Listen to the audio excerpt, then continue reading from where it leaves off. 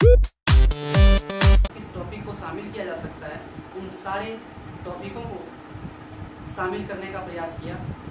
उसी क्रम में आज से झारखंड का प्राचीन इतिहास को शुरू करने का प्रयास कर रहा हूँ और चलते हैं आज से प्राचीन इतिहास, झारखंड का प्राचीन इतिहास की शुरुआत करने जा रहे हैं।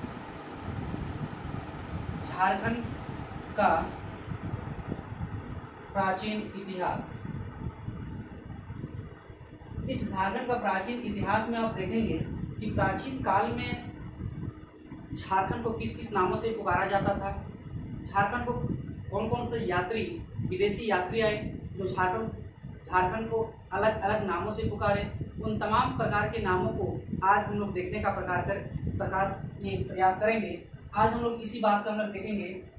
सबसे पहले झारखंड का प्राचीन इतिहास, इसमें हम लोग बात करेंगे पहले झारखंड का नामकरण।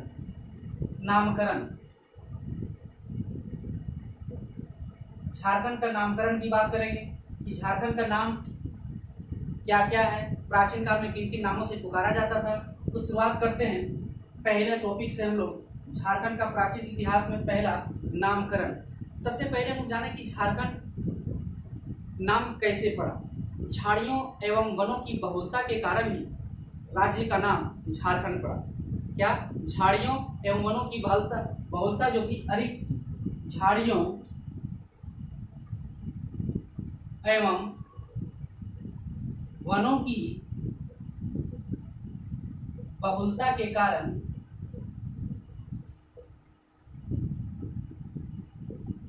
झारखंड नाम पड़ा। झारखंड का अगर शाब्दिक अर्थ पूछा जाए आपसे, झारखंड का शाब्दिक अर्थ वन प्रदेश होता है। वन प्रदेश होता है मतलब झारखंड का जो शाब्दिक अर्थ है, सीधे सीधे सवाल यहाँ से पूछा जाता है कि झारखंड का शाब्दिक अर्थ क्या होता है, तो वन प्रदेश होता है। नेक्स्ट पॉइंट अगर हम बात करें, नेक्स्ट पॉइंट,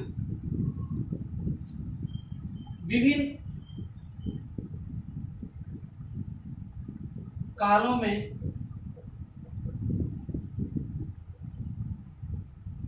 झारखंड का नाम, विभिन्न कालों में झारखंड का नाम विभिन्न अलग अलग नामों से पुकारा जाता था। मतलब जैसे हम लोग देखें कि ऋग्वेद में, मतलब प्राचीन काल, विभिन्न काल कहने का मतलब है कि प्राचीन काल अर्थात ऋग्वेदिक काल, वैदिक काल में किस नाम से पुकारा जाता था। मौर्य काल में कुछ लोग आए तो मौर्य काल में क्या नाम रखा गया, झारखंड किसने क्या बोला। तो उन सारी बातों को गुप्त काल में अगर फायान पहुंचे थे तो गुप्त काल में उन्होंने क्या किस नाम से पुकारा झारखंड को, उन तमाम बातें आज हम लोग देखेंगे। सबसे पहले इसमें जो आज हम लोग देखने के प्रयास कर रहे हैं,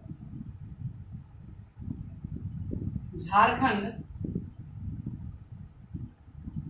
हम लोग यहाँ इस बात का सबसे पहले झारखंड क्षेत्र का सर्वप्रथम उल्लेख ऐत्रेय ब्राह्मण में मिलता है। झारखंड क्षेत्र का सर्वप्रथम उल्लेख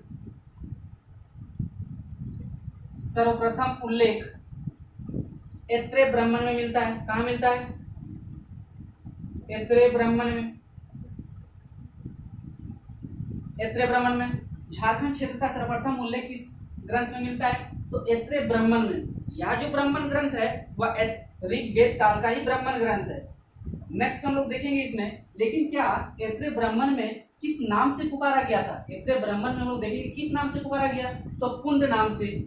नेक्स्ट हम लोग देखेंगे कि ऐत्रेय ब्राह्मण में झारखंड को किस नाम से पुकारा गया? पुंड नाम से।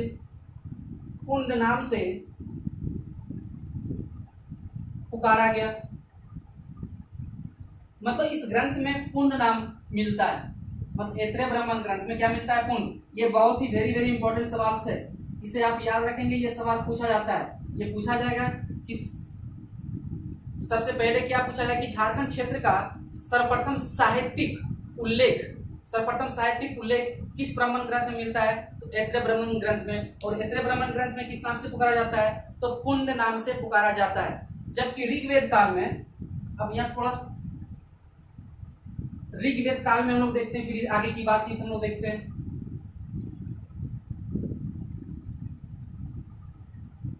ऋग्वेद काल क्रम से हम लोग देखने का प्रयास कर रहे हैं।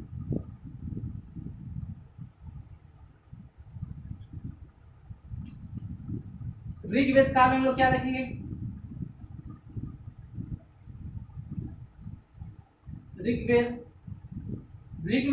ऋग्वेद में झारखंड को किस नाम से पुकारा गया? तो ऋग्वेद में जो झारखंड का नाम जो पुकारा गया, किकाटनामा, क्या? किकाटनामा देशो अनाथ, किकाटनामा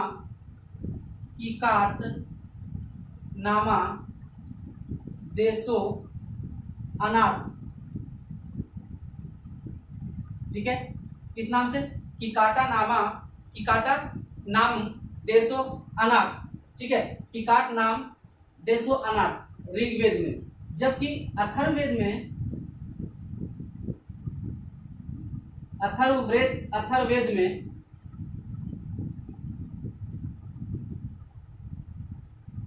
में झारखंड को किस नाम से पुकारा गया? व्रात्य। किस नाम से? व्रात्य। अथर्ववेद में किस नाम से पुकारा गया? व्रात्य। ऋग्वेद में किस नाम से? किकाटनामा देशो अनाथ नाम से पुकारा गया। जबकि अथर्ववेद में क्या? व्रात्य, क्या? व्रात्य। जबकि वायु पुराण में मुरंड, वायु पुराण में किस नाम से पुकारा गया झारखंड को? ये जो है वायु पुराण में मुरंड।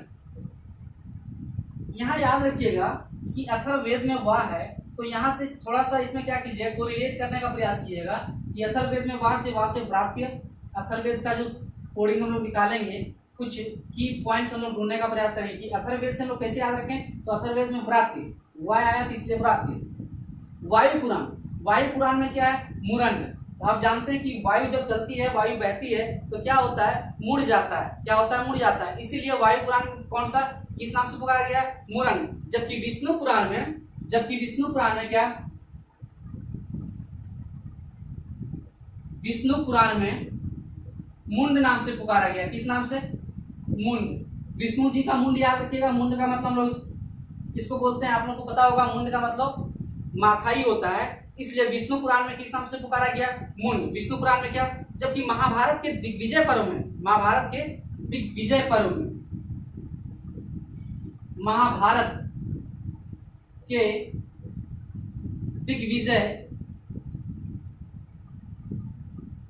पर्व में क्या कहा गया? पशु भूमि, ठीक है। महाभारत के दिग्विजय पर्व में क्या कहा गया? पशु भूमि या पुंडरीक देश। और क्या कहा गया? एवं पुंडरीक देश। यहाँ हम आपको बताने का प्रयास करें धीरे धीरे। अगर ये आप नामांकन याद रखिएगा, यहाँ से एक सवाल यहाँ से आता ही आता है, तो यहाँ से थोड़ा सा आप लोग कंसंट्रेट करने का प्रयास कीजिएगा। जब तक कंसंट्रेट नहीं होगा तब तक ये याद नहीं होगा, क्योंकि ये फैक्चुअल है, इसको याद करना ही पड़ेगा। इसमें आपका कोई भी कॉन्सेप्ट काम नहीं देगा, इसलिए आपको याद करना जरूरी है। इसलिए महाभारत के दिग्विजय पर्व में क्या? पशु भूमि एवं पुंडरीक देश महाभारत में देख रहे थे। जबकि भागवत पुराण में क्या कहा गया था? कीकट प्रदेश। भागवत पुराण में क्या है? कीकट प्रदेश। भागवत पुराण में कीकट प्रदेश कहा गया। कीकट प्रदेश ये जो है भागवत पुराण में कीकट प्रदेश के नाम से झारखंड को जाना जाता है। तो इस प्रकार से हम लोग क्रम से हम लोग देख रहे हैं। जबकि पूर्व मध्यकाल संस्कृत साहित्य में, पूर्व मध्यकाल संस्कृत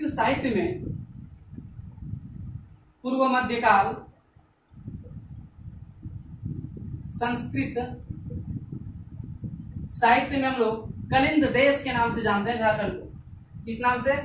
कलिंद देश। कलिंग नहीं, कलिंद देश। मतलब झारखंड को हम लोग किस नाम से पुकारते हैं? कलिंद। कब? पूर्व मध्यकाल संस्कृत साहित्य में कलिंद देश का वर्णन मिलता है। जबकि आप देखेंगे 13वीं सदी के ताम्रपत्र में, अब इसे यहाँ देखिएगा, 13वीं सदी के ताम्रपत्र में झारखंड शब्द का उल्लेख किया गया, झारखंड नाम का उल्लेख किया गया है, जो आप जानेंगे कि झारखंड शब्द का सर्वप्रथम पुरातात्विक 13वीं सदी के ताम्रपत्र से मिलता है। पुरातात्विक साक्ष्य जो मिलता है 13वीं सदी के ताम्रपत्र से मिलता है। कौन सा? आपका 13वीं सदी के ताम्रपत्र से आपको झारखंड शब्द का उल्लेख मिलता है, जो पुरातात्विक स्रोत का पहला साक्ष्य है। इसे आप ले लीजिए स्क्रीनशॉट, उसके बाद आगे की बातचीत हम करते हैं। पूर्व मध्यकाल संस्कृत में साहित्य कलिंद देश, जबकि भागवत पुराण में कीकट प्रदेश बोलते हैं। अब यहाँ विष्णु पुराण जी का मुंड था। महाभारत के दिग्विजय पर्व में हम लोग पर्व जो मनाते हैं कहीं ना कहीं भूमि में मनाते हैं, इसीलिए पर्व में पशु भूमि एवं पुंडरीक देश। भागवत पुराण में कौन सा? कीकट प्रदेश, जबकि पूर्व मध्यकाल संस्कृत साहित्य में कलिंद देश के नाम से पुकारते हैं। उसके बाद हम लोग देखते हैं कि झारखंड शब्द का उल्लेख कहां कहां आया। अब हम लोग देखते हैं पहला कि हम लोग 13वीं सदी के ताम्रपत्र में, 13वीं सदी के ताम्र पत्र में आप देखेंगे कि 13वीं सदी के ताम्रपत्र में झारखंड शब्द का उल्लेख मिलता है। तारीख ए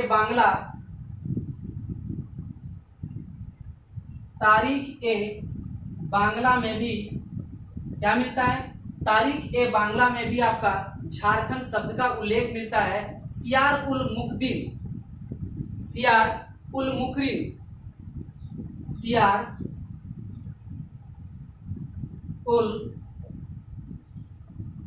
मुखरिन में भी क्या मिलता है आपको? झारखंड शब्द का उल्लेख मिलता है। आप देख रहे होंगे कि 13वीं सदी के ताम्रपत्र, यहाँ याद रखिएगा, ये भी वेरी वेरी इंपॉर्टेंस, आप इसे भूल नहीं सकते हैं क्योंकि इससे सवाल हमेशा पूछा जाता है।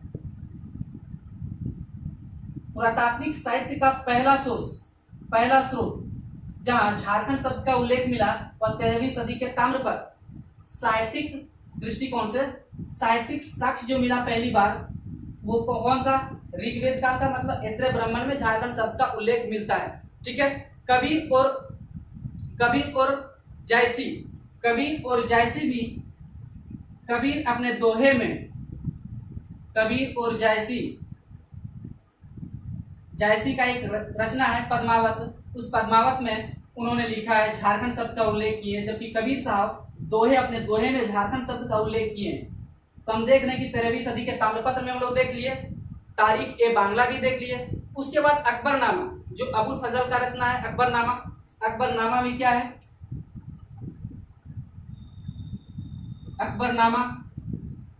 अकबरनामा में ये आपको क्या मिलेगा? ये झारखंड शब्द का मिलेगा। ये अबुल फजल, ये मध्यकाल सिलेबस है, ये मध्यकाल का है। तो अकबरनामा में आपको झारखंड शब्द का उल्लेख मिलता है। जबकि नरसिंह देव द्वितीय के ताम्रपत्र में, नरसिंह देव द्वितीय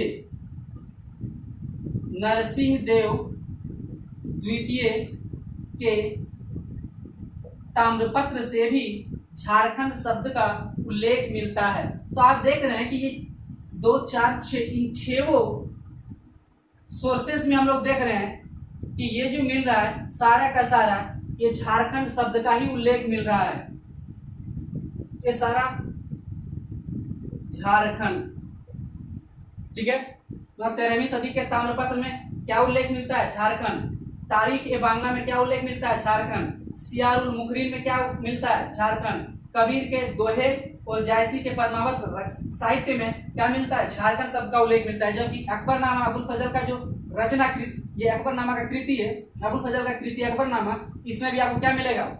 झारखंड शब्द का उल्लेख मिलता है। और नरसिंह देव द्वितीय के ताम्रपत्र में भी झारखंड शब्द का उल्लेख होता है। इस प्रकार से हम लोग देख रहे हैं कि अनेक सोर्सेस में हम लोगों को झारखंड के बारे में जानकारी मिल रही है। आईने अकबरी में देखिएगा, पोखरा या खंकारा, आईने अकबरी। अब यहाँ हम लोग देख रहे हैं, नेक्स्ट हम लोग देख रहे हैं आईने अकबरी। आईने अकबरी में आप देखेंगे पोखरा या खंकारा। ठीक है। आयने अकबरी में क्या मिलता है, झारखंड की जानकारी में झारखंड शब्द का उल्लेख क्या मिलता है, पोखरा। मतलब आयने अकबरी में झारखंड का जो नाम लिया गया वह पोखरा से लिया गया और खंकारा से लिया गया। किस नाम से, खंकारा से। किस नाम से, खंकारा से। जबकि कौटिल्य के अर्थशास्त्र में कुकुट लिखता है। कौटिल्य के अर्थशास्त्र, इसका मतलब अर्थशास्त्र, ये अर्थशास्त्र किसका है, कौटिल्य का। कौटिल्य का अर्थशास्त्र में क्या मिलता है, ये देखिए कि अर्थशास्त्र में कौटिल्य, ये कौटिल्य का जो अर्थशास्त्र में कुकुट लिखता है। कौन, कुकुट। ये जो कुकुट है, कौन सा आपका कुकुट, कुकुट है। तो इसका मतलब समझिए कि कौटिल्य के अर्थशास्त्र में क्या है, कुकुट या कुकुट देश, या तो कुकुट देश हम लोग बोल सकते हैं, कुकुट देश। ठीक है। अर्थशास्त्र में क्या, कुकुट, या इसी को हम लोग बोलते हैं, इसी में हम लोग बोलते हैं कुकुट देश। टॉलमी जबकि मुंडल बोले, टॉलमी झारखंड का दर्शाते हैं, टॉलमी झारखंड को मुंडल के नाम से बोलते हैं। जबकि वेनसान, किलो, नासू, कालाना। ठीक है। अब हम लोग देखते हैं टॉलमी का मुंडल। टॉलमी का यहां हम लिख देते हैं, टॉलमी साहब झारखंड को मुंडल के नाम से पुकारते हैं, मुंडल। जबकि फाहियान, आप देख रहे हो कि ये जो टॉलमी, हम देख रहे हैं कि फाहियान चंद्रगुप्त द्वितीय अर्थात विक्रमादित्य द्वितीय के शासनकाल में ये चीनी यात्री फाहियान आया था। ये आप देख रहे हैं कि गुप्तकाल का यात्री है, तो गुप्तकाल में फाहियान, इन्होंने क्या कहा, फाहियान जो है झारखंड को किस नाम से पुकारा, तो कुकुट लाड़ प्रदेश, कुकुड़ लाड़ प्रदेश, कुकुड़ लाड़ का, क्या कहा इन्होंने, कुकुड़ लाड़। फाहियान साहब क्या बोले, कुकुड़ लाड़।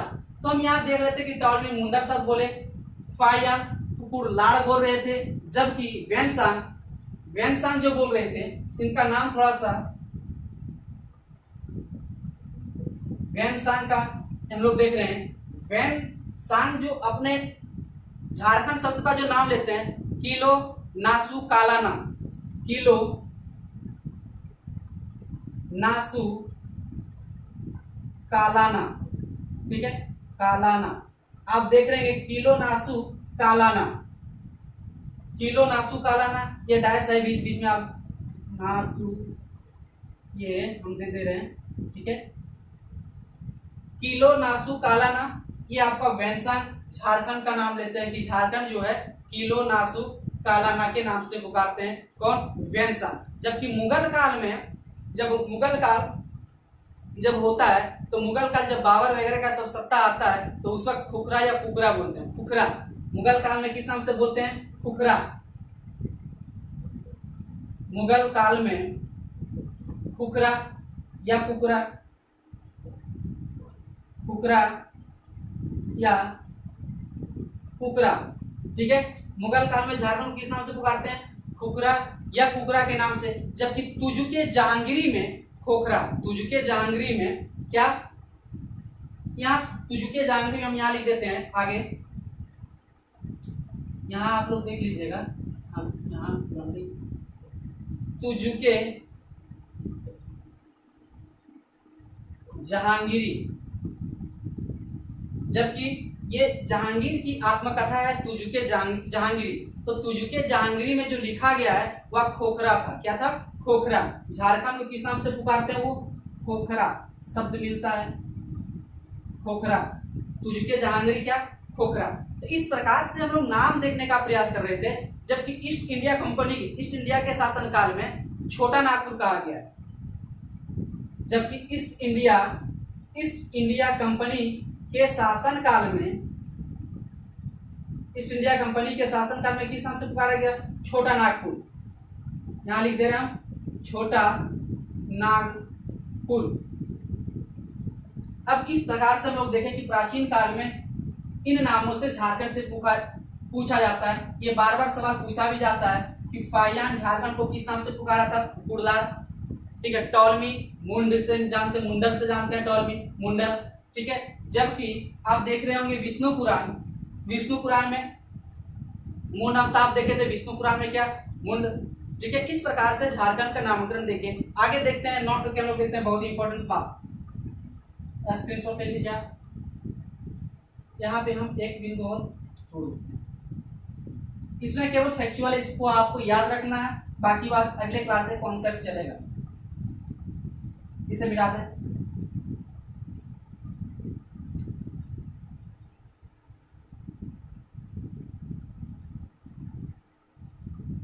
अब नोट करके जो हमेशा सवाल पूछता है, सवाल किस रूप में देखते हैं, यहां से सवाल यहाँ आता ही आता है, तो नोट करके आप लिखेंगे इसमें झारखंड क्षेत्र का सर्वप्रथम उल्लेख।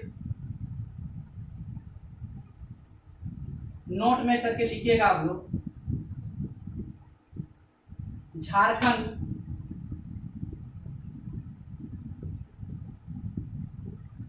क्षेत्र का सर्वप्रथम उल्लेख क्या है कि झारखंड क्षेत्र का सर्वप्रथम साहित्यिक उल्लेख, सर्वप्रथम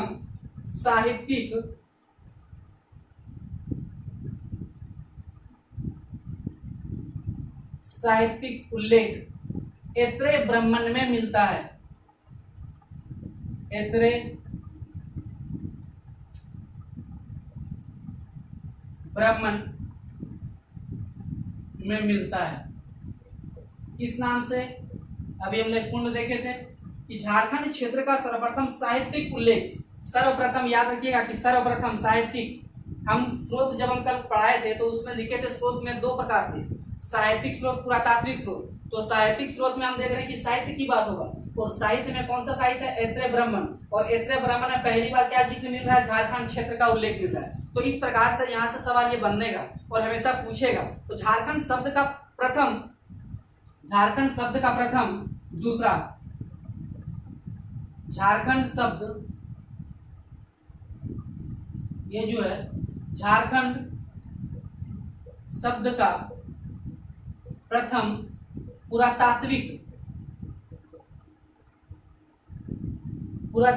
उल्लेख 13वीं सदी के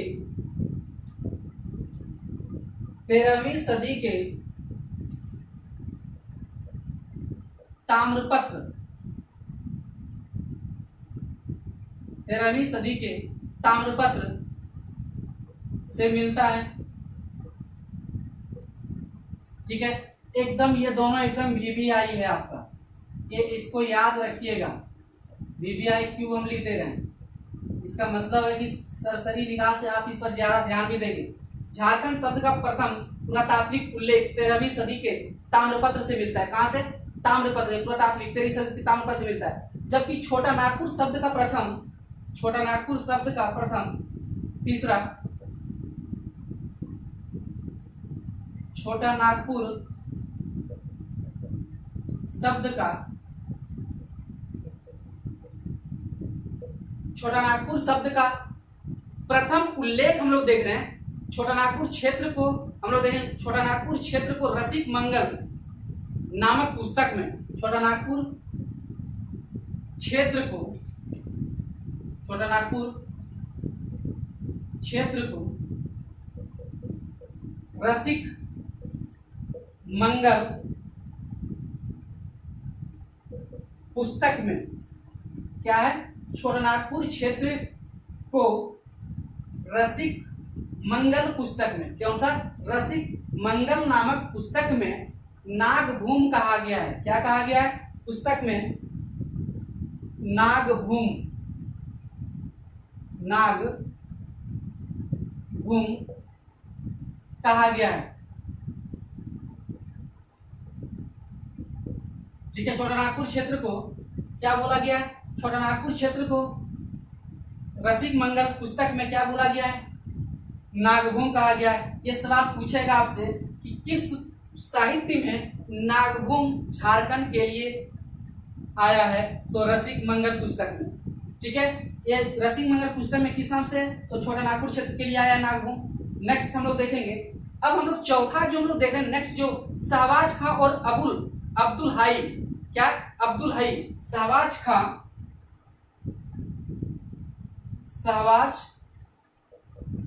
और अब्दुल हई। ठीक है, यहां हम लोग देखें चौथा पॉइंट में शहबाज खां और अब्दुल हई ने अपनी पुस्तक ग्रंथ जो था माथिर उल उमरा, अब अब्दुल हई ने अपनी पुस्तक ग्रंथ माथिर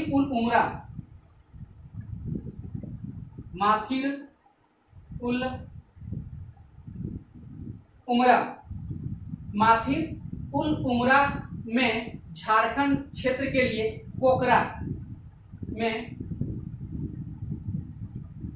झारखंड क्षेत्र के लिए पोखरा शब्द का उल्लेख किया है। पोखरा शब्द का उल्लेख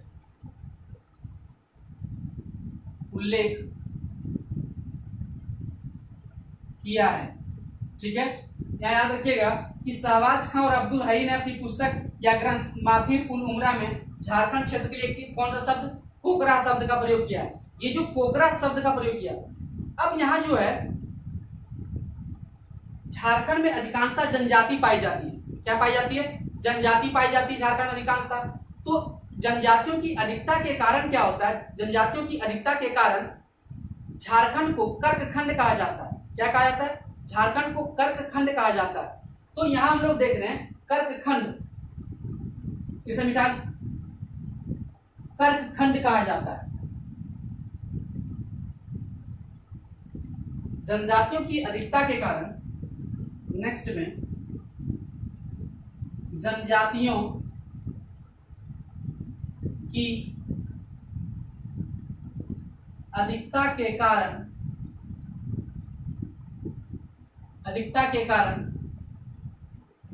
झारखंड को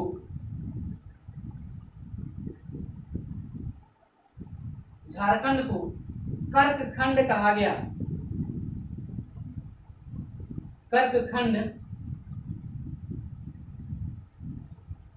कहा गया मतलब अधिकांशतः हम जानते हैं 32 जनजाति हमारे यहाँ झारखंड में निवास करती है।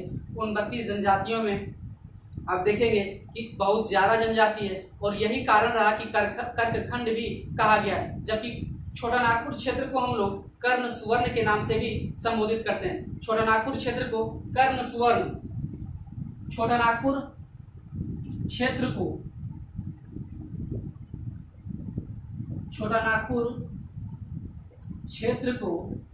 कर्ण सुवर्ण के नाम से भी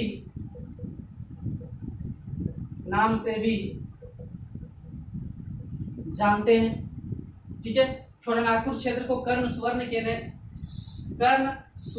नाम से भी जानते हैं। हम लोग देख रहे हैं कि जनजातियों की अधिकता के कारण झारखंड को कर्कखंड कहा गया, जबकि छोटा नागपुर क्षेत्र को कर्ण सुवर्ण के नाम से भी जानते हैं। ये हम लोग देख रहे थे। जबकि संथाल परगना के प्राचीन काल में नरीखंड कहा गया। संथाल परगना को प्राचीन काल में नरीखंड कहा गया।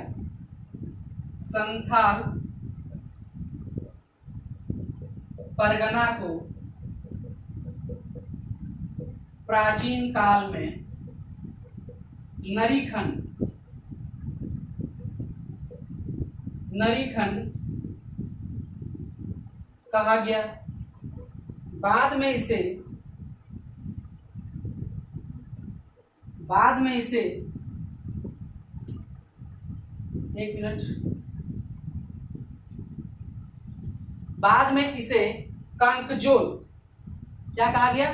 कांकजोल। बाद में इसे क्या कहा गया? कांकजोल। बाद में इसे क्या नाम से पकड़ा गया? कांकजोल के नाम से संबोधित किया गया। संथाल परगना को प्राचीन काल में नरीखंड कहा गया। बाद में इसे कांकजोल के नाम से जाना जाने लगा। लगा। अभी बट रांची का पुराना नाम, रांची का पुराना नाम कोकरा क्या था? कोकरा, चूटिया नागपुर, बिलकिशनगंज, बिलकिशनगंज, बिलकिशनगंज, बिलकिशनगंज, ठीक है। रांची का पुराना नाम क्या है? कोकरा, चूटिया नागपुर तथा बिलकिशनगंज, इसी को बोलते हैं किशुनपुर। बिलकिशनगंज क्या बोलते हैं? किशुनपुर। क्या बोलते हैं? किशुनपुर। क्या बोलते हैं? किशुनपुर। जबकि चूटिया जो नागपुर है, JH हेविट साहब, JH हेविट साहब ने नाम दिया चूटिया नागपुर का, वो JH हेविट साहब ने चूटिया नागपुर का नाम दिया था। रांची का पुराना नाम कोकरा, चूटिया नागपुर, बिलकिशनगंज, किशुनपुर। और ये चूटिया नागपुर किसने दिया था? तो JH हेविट साहब ने। चूटिया नागपुर से ही छोटा नागपुर शब्द अपभ्रंश होकर निकला है। चूटिया नागपुर से रांची का पुराना नाम कोकरा, चूटिया नागपुर, और चूटिया नागपुर जो बोले JH हेविट साहब ने बोले थे। बिलकिशनगंज बोलते हैं, किशुनपुर के नाम से भी रांची को जानते हैं। अब जो चूटिया नागपुर हम लोग देख रहे हैं, ये जो हम लोग देख रहे हैं चूटिया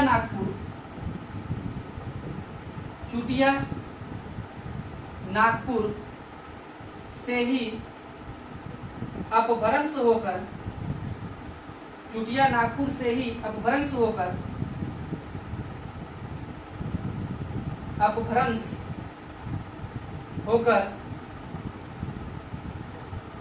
छोटा नागपुर निकला है। छोटा नागपुर शब्द निकला है। तो ये जो छोटा नागपुर शब्द निकला है किससे? चूटिया नागपुर से ही अपभ्रंश होकर क्या निकला? छोटा नागपुर शब्द निकला है। अब हम लोग आखिरी पॉइंट की हो जाते हैं। एक लास्ट पॉइंट हम लोग देख लेते हैं, उसके बाद इसे समाप्त करेंगे। अब जो हम लोग यहां देखने का प्रयास कर रहे थे, वेनसांग ने राजमहल क्षेत्र के लिए वेनसांग ने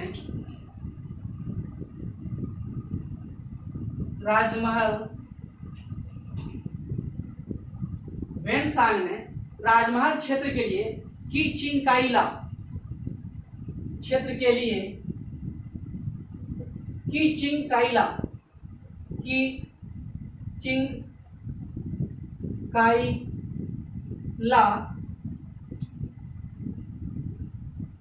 नाम से पुकारे,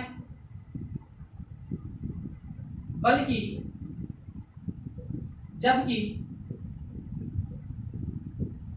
इस राजमहल के पहाड़ी क्षेत्रों के लिए, जबकि इसके पहाड़ियों के लिए, जबकि इसकी पहाड़ियों के लिए हम लोग देख रहे थे कि वेनसांग ने राजमहल क्षेत्र के लिए कीचिंकाइला के नाम से पुकारा है, जबकि इसके पहाड़ियों के लिए दामिन एको शब्द का उल्लेख किए। दामिन एको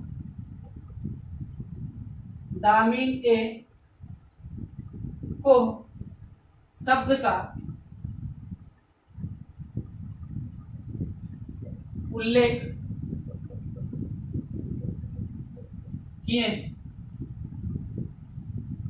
तो दामिन एको जो था आपका 1824 ईस्वी में, ये दामिन एको का शब्द का लगभग उल्लेख किए थे 1824 के आसपास में। तो हम लोग देख रहे थे वेनसांग ने राजमहल क्षेत्र के लिए कीचिंकाइला का शब्द का प्रयोग किया, जबकि नाम से पुकारे, जबकि इसके पहाड़ियों के लिए दामिन एको शब्द का उल्लेख किया।